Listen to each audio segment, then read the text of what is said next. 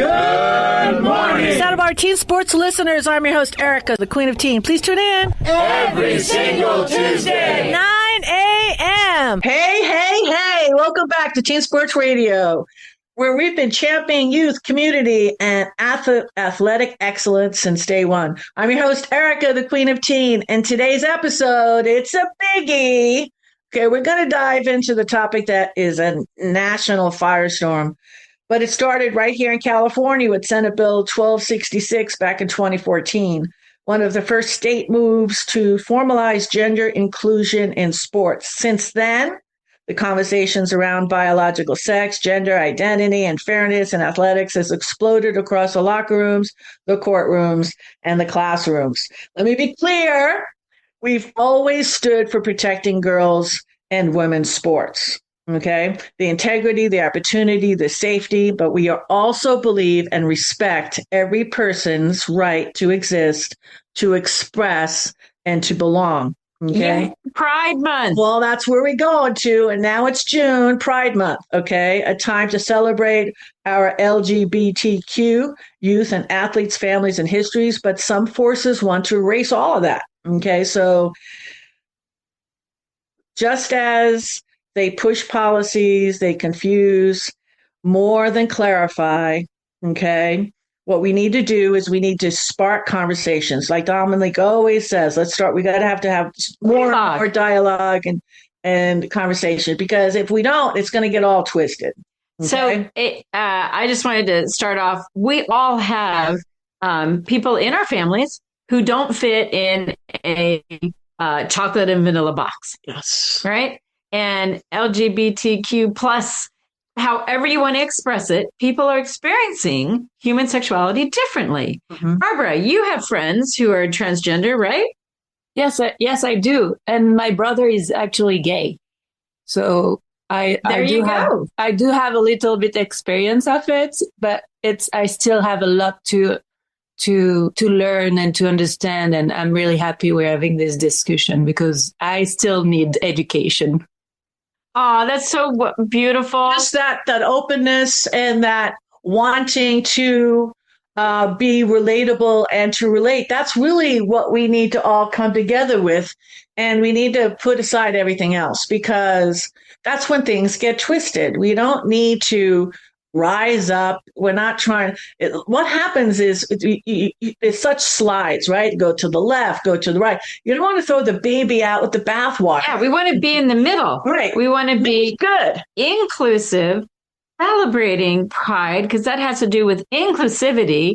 And as team sports advocates, we want to advocate for safety in sports, which includes being safe with our girls. That's true. And again, let's have a trans game. I have no problem with that.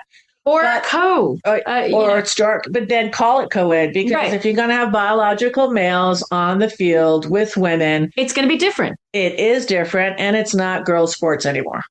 Okay, so call out what it is. Yeah. That's all I'm saying. And so we feel that part of the reason why the conversation got kind of tricky is that in the United States, I think we handle human sexuality slightly different than how it's handled in Europe. And I'm so happy that Barbara is French. I just want to ask, if I'm putting you on the spot, Barbara, you don't have to answer, but do you feel that the United States is processing, how to handle gender and human sexuality? Do we kind of process all this differently, and maybe we have what I would call hang-ups? Differently, I believe so. But it's very hard to explain. Sexuality is something that that was easily talked about in my family. The idea of I grew up in a very open-minded and free environment in that aspect, where you didn't need to get married to have intercourse, or it seems to be freer than some experience I've had in America. Even with a relationship I had with men, in the States, where I felt more shame towards it. And to me, sexuality is something so natural. It's life. So it's difficult for me to understand sometimes some ideas that can be related to Americans' ideas. I really, really appreciate that, because part of the difficulty in the, hey, it's important, let's celebrate Pride, is that my opinion, Americans have some confused thoughts and feelings in relation to gender, in relation to sexuality, and then in relation to, do we want our teens who are growing and going through their own journey of exploring sexuality, do we want them empowered to make decisions like, for example, to use puberty blockers? And Erica, you were speaking really strongly about the pharmaceutical companies, how they've kind of hijacked a conversation. Well, because it's a multi-billion-dollar business. So I've said anything, follow the money. Okay, that's all you've got to do. But for a child to make those decisions, or having a teacher decide for that child without parents being involved in it, that's just wrong. That just doesn't make any sense to me. I can't wrap my brain around that. Like in any way, shape, or form, that's wrong. When does a brain develop? So there's parts of the brain that have to do with responsibility, and science is showing that through brain science, that part of the brain may not develop, especially in boys, until you're like 20, 25. Right. So if our brains are not fully developed in our teens, why should we be making decisions that are going to affect our entire life? What I would like to see is leave our children alone.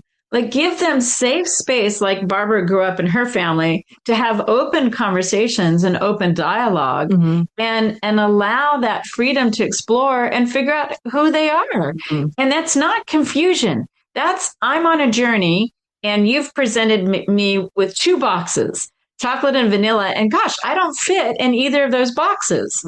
So I'm telling you, I'm having an interesting experience. I'm not confused. I'm on a journey. And I may present as someone who's gay in my teens, and then 20 years later, I'm married with 3 kids. Right.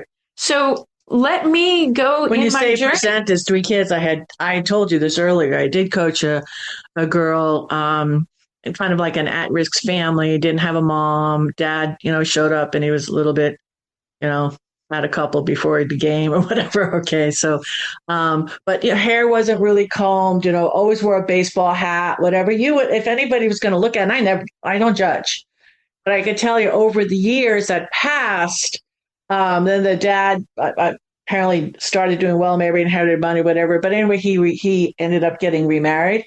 Well, that influx of that woman in that girl's life, holy cow.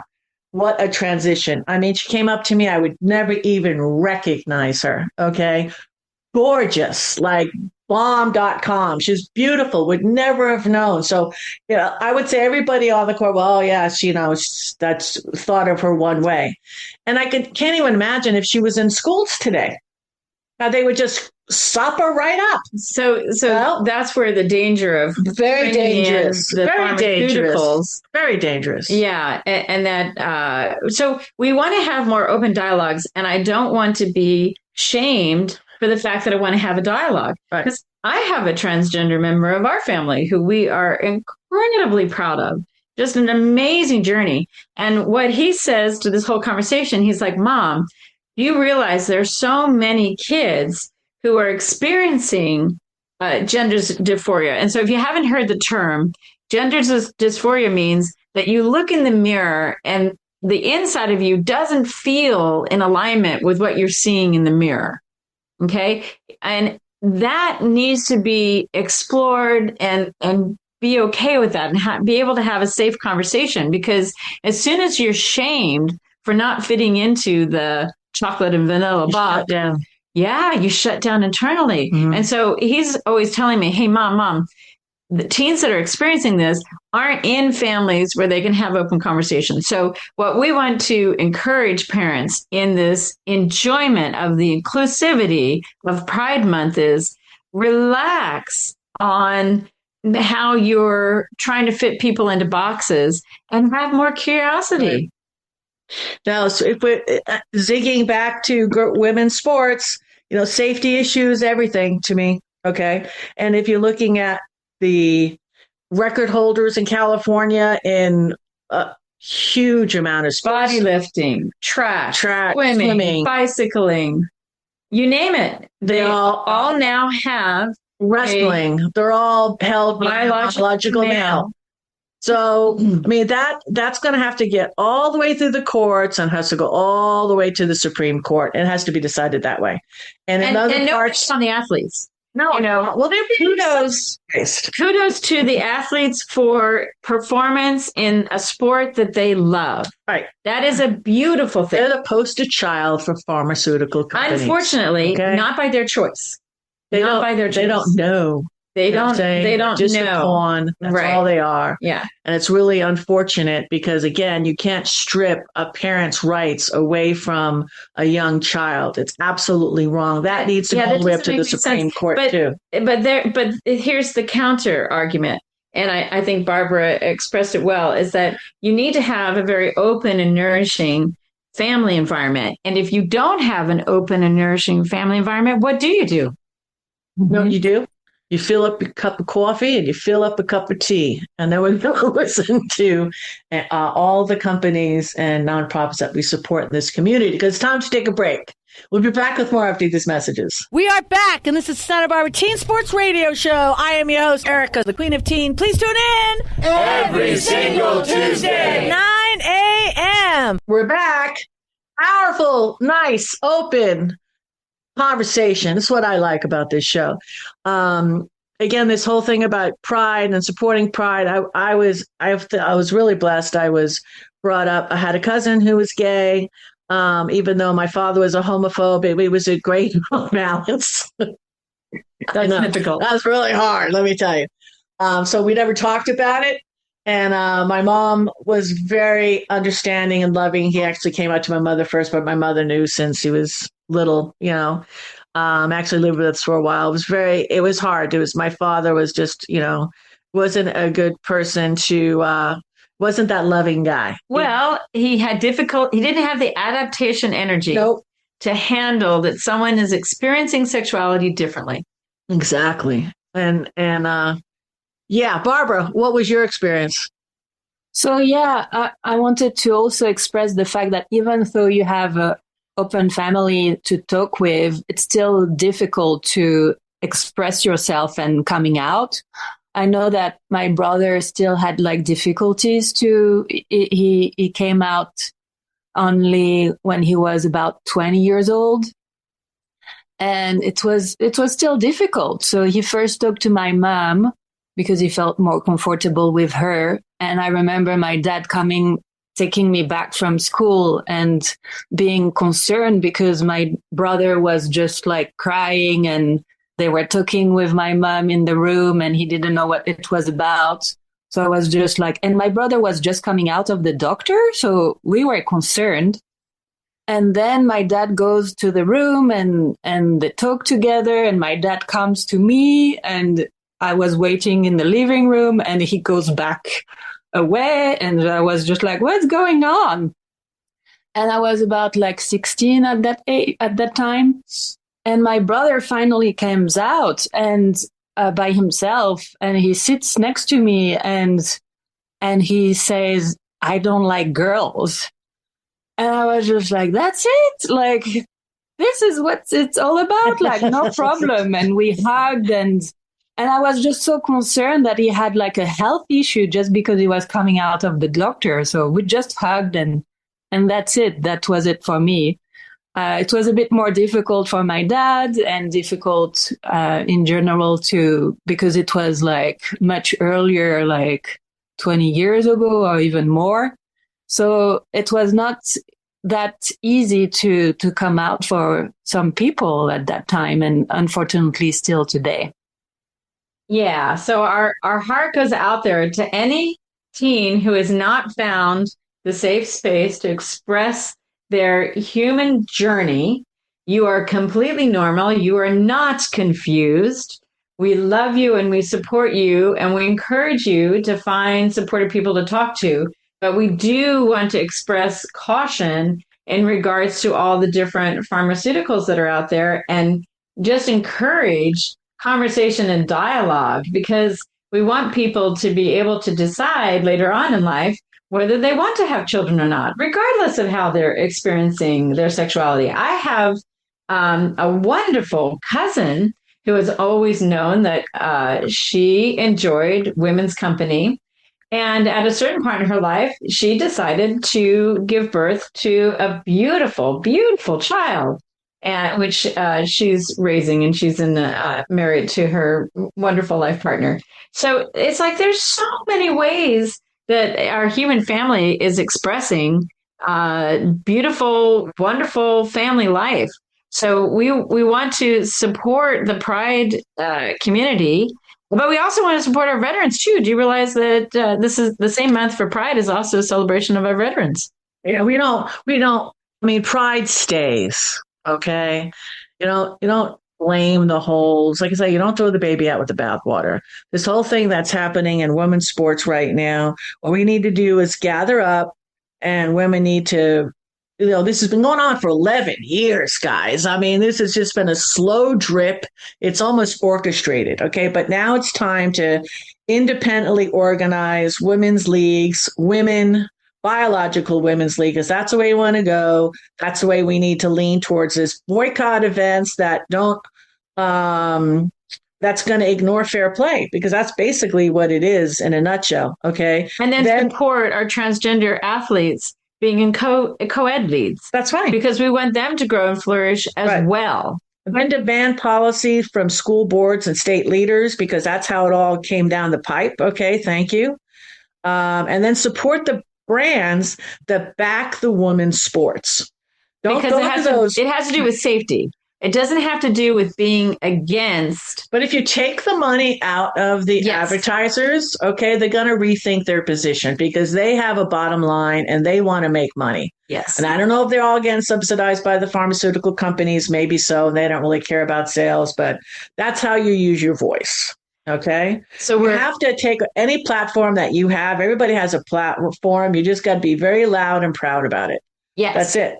And so we want to encourage our transgender youths to speak out about, I mean, we so embrace you and appreciate you. Mm-hmm. And if you don't feel like speaking out, you can say that too. Your story is your story to tell. Yes. And so if you're like, hey, not comfortable sharing my feelings right now, but thank you for asking. Yeah. There is a way to maintain your own privacy about what journey you're going through as a teen.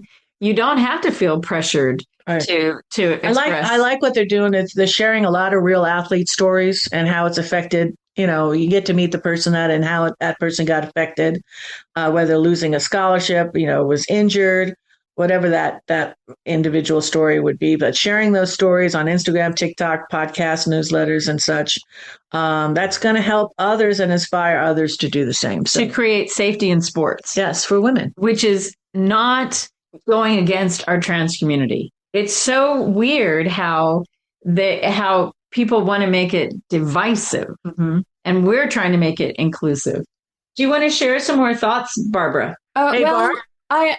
Let's do this. We got more time left, but let's take another little break and we'll get right back to you. This is Erica, the Queen of Teen. We'll be back with more after these messages. We are back, and this is Santa Barbara Teen Sports Radio Show. I am your host, Erica, the Queen of Teen. Please tune in every single Tuesday, 9 a.m. All right, Barbara, talk to me. We got a minute. Can you believe it? Yes, sure. So yeah, hopefully I will have a friend who will be able to come as a guest next time. It's actually someone I've met recently who is transgender and used to be in the military at a high grade, and also a priest. So I think it's covering up a lot of different subjects, and she will be wonderful to speak with.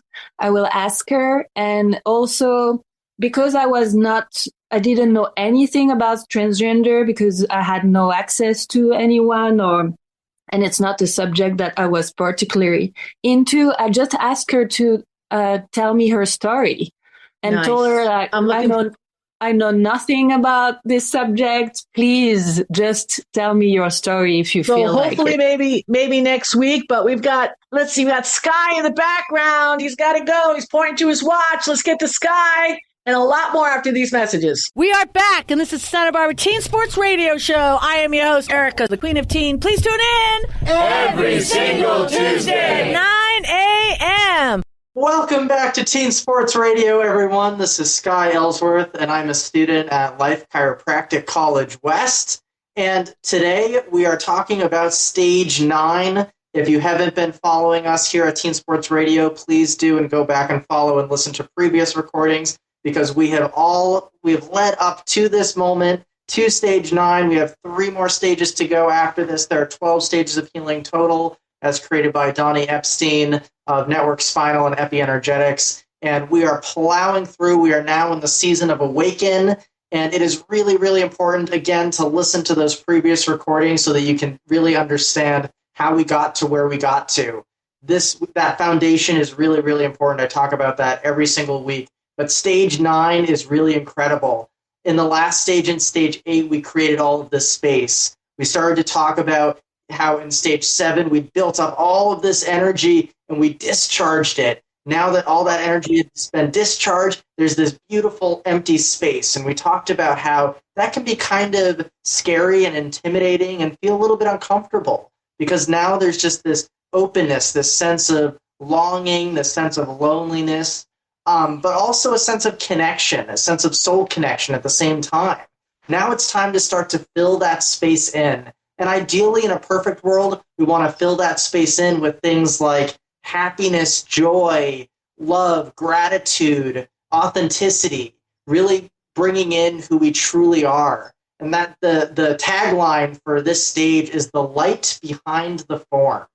And this is really starting, I know, eerie, but it's kind of really starting to see who we truly are and how we truly authentically have a place and a space in the world.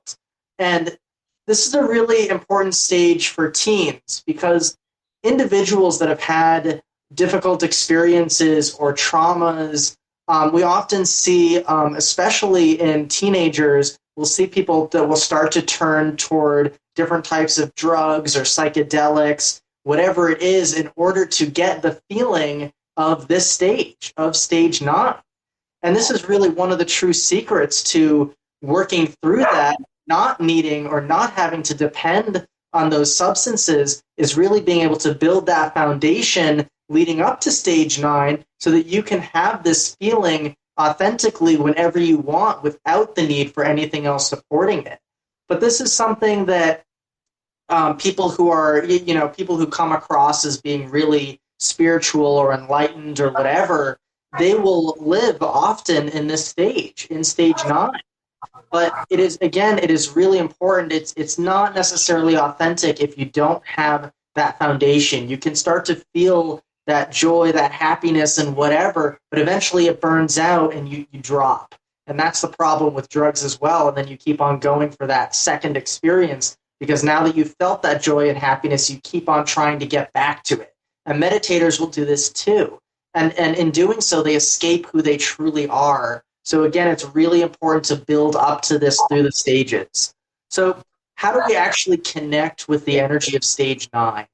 So for Stage 9, the exercise with this is you lie back. On your back, you can have your knees up or you can have your legs straight out.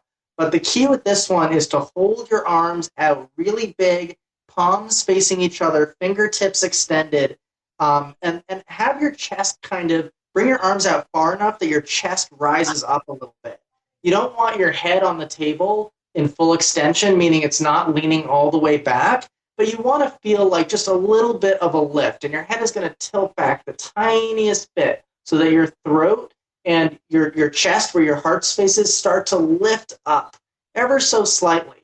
And you're feeling a sense of peace here, similar to Stage 8. But in addition to the sense of peace, we're going to start to feel like there's a big white ball of light between our hands, like we're hugging this big ball of light. And what we're going to do is we're going to imagine that light being filled with abundance. What I often like to do here is imagine that each one of my fingertips, there's a beam of light coming up from each fingertip, extending into the ball and is connected to an individual star. And I just imagine all of that gratitude, that connection, maybe things that I've been trying to manifest, abundance. I imagine all of that coming into this big white ball. And the breath here is in through the mouth, out through the nose, just like the previous stage, in through the mouth, out through the nose. And we're going to imagine that ball getting closer and closer and closer and gently falling into our heart space until that light comes through our entire being, until we're glowing with that light, until we feel ourselves as joy, love, gratitude, abundance. And you'll feel yourself start to kind of get this buzzy feeling. And that's part of how you know you've done it right. Have you ever had that sensation that you're trying to manifest, or I don't know, you really want something and you just can't seem to get it, no matter how hard you try? You can't seem to have that thing happen. This is one of the elements that can really connect you into that manifestation. But in order to manifest something, you have to create space first. That was stage 8. In order to create space, you have to have a discharge of energy. And that was stage 7. So again, every single step has led up to this, and it's really important to go through all of them. It's not a linear process, but you need that linear foundation before you can start to cycle through. And eventually you'll feel yourself being in multiple stages at once. You may feel yourself in stage 9, where you have all of this joy, gratitude, abundance, and you're filling in the space. But as all of that comes in, there's also a sense of anxiety because you've never had that sense of joy and gratitude before. And you don't know how to accept that as a part of you. So there may be a little bit of stage 1 in there, a little bit of stage 2, maybe a little stage 3, right? So again, you can start to experiment, be creative with these, start to combine stuff, but really just connect in with stage 9, the energy of having. The energy. Is this part of the meditation that people are doing throughout all these stages, where you say, okay, every day at 10 and 2, I'm going to take 20 minutes and go through all of these stages? Is that best thing to help yourself get through this? Yeah, so you can do it whenever you feel like it. Some people really like to create schedules and do it at a specific time throughout the day.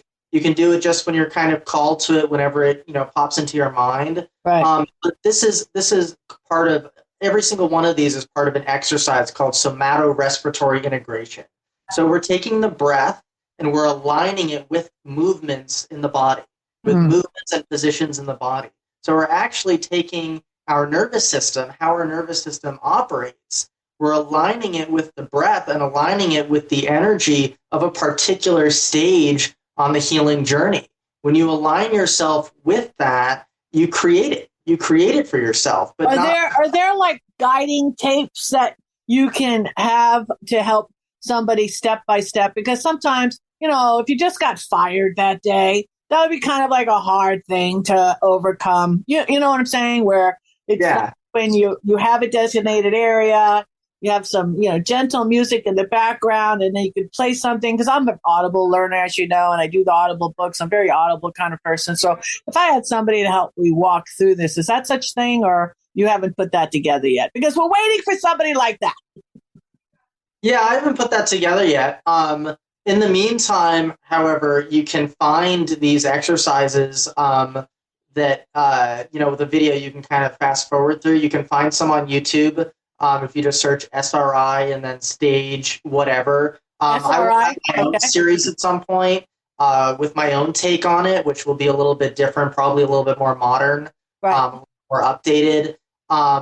Otherwise, honestly, I would suggest going back through these recordings and going through them and really doing these exercises piece by piece and start to understand what the energy of each stage is. Because you go through multiple stages throughout each day. Right. So you can be doing these exercises throughout the day until you know I'm stone cold, and you can become superhuman. Yes. No, I see. I really understand where you're going with this, and I understand why you said so. This is really gonna make you one with. It's probably like the soul connection. Finally on stage 9 is because you bring it in, right, and you're like aligning yourself with spirit. I get it. I absolutely get that. That's amazing. I got goosebumps. I'm excited. I can't wait to try this. How do we get a hold of you? You can send me an email at thrivehivechiropractic@gmail.com. Woo-hoo-hoo! We love it. And then, can you give us a little sequel to next week, stage 10? Oh, I'm not going to. I'm going to let you next week, and you can build the energy and build the suspense. Okay. Stage 10 is a fun one, but we need a little bit more energy built up. Nice. All right. Thank you so much, Sky. Absolutely. All right, we'll be back with more supporting our community right after these messages. We are back, and this is Santa Barbara Teen Sports Radio Show. I am your host, Erica, the Queen of Teen. Please tune in every single Tuesday, 9 a.m. Hello, Teen Sports Radio family. This is Dominique Hackett with Santa Barbara Wellness Center. And today, I'm going to spill a little green smoothie on the truth of optimism. Yeah. So grab your kale chips, put on those slightly too big headphones instead of the earbuds that I don't want you to microwave your brain. So go for those big headphones. And let's talk about something that costs $0, uses zero bandwidth, and yet could literally level up your entire life. All right. Optimism. Yep. That thing your grandma had when she said your 3rd grade macaroni necklace was high fashion. She wasn't lying. She was leading with love and rocking optimism, like vintage Chanel, right? But hold up. Let's make something clear. Optimism is not toxic positivity, okay? It's not saying everything's perfect, yeah, but it's saying even when it's messy, I'm going to figure it out. And I'll probably learn something along the way and probably laugh about it later. So, fun fact. Did you know that optimism has been scientifically linked to lower levels of inflammation in the body? And teens, that matters to you because when you get a sports injury, you have inflammation. So when you stay on the positive side of your healing process, you're actually helping your body lower inflammation. It means that your heart's working better, you're lowering your stress, and you even have a stronger immune system. So, hey, it's not woo-woo, it's actually biohacking. So let's break it down. Optimism is a mental muscle. The more you flex it, the stronger your brain and your game gets. It's like brain squats. I'll tell you a famous quote. A pessimist sees the difficulty in every opportunity. An optimist sees opportunity in every difficulty. That was actually said by Winston Churchill. So science backs this up, and it's like a varsity team. It's so awesome. Optimistic athletes heal faster after injuries.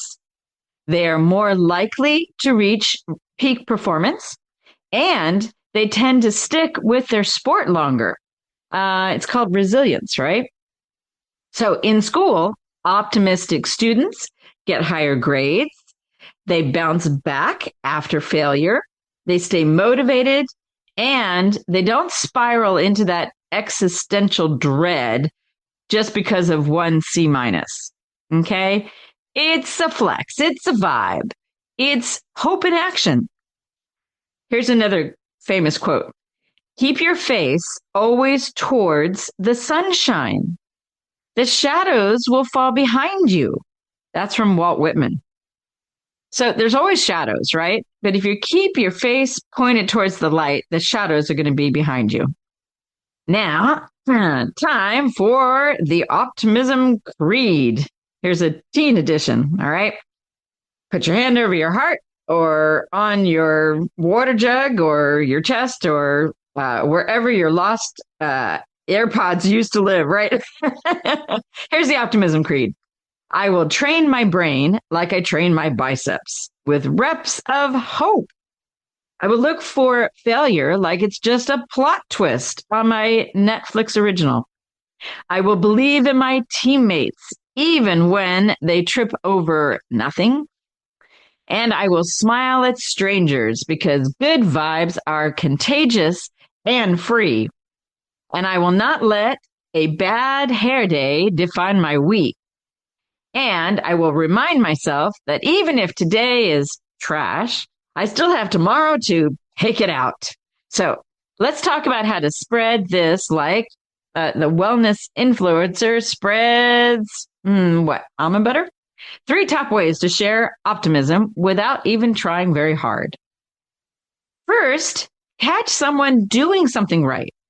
Hey, wow, look at that majestic art. Love it. Just 5 feet short. But your form, wow, that just kicks. How about defaulting to hope? So to a friend, or if a friend says, hey, I bombed that presentation, you can say, but you also didn't faint. That's progress. Public speaking is like dodgeball. Just dodge the panic. You can also use sarcasm for good. So instead of saying, nice job, Einstein, you could try saying, look at you, future Nobel laureate, decoding your lunch menu like a pro. So it's like, have fun with it. Jazz it up.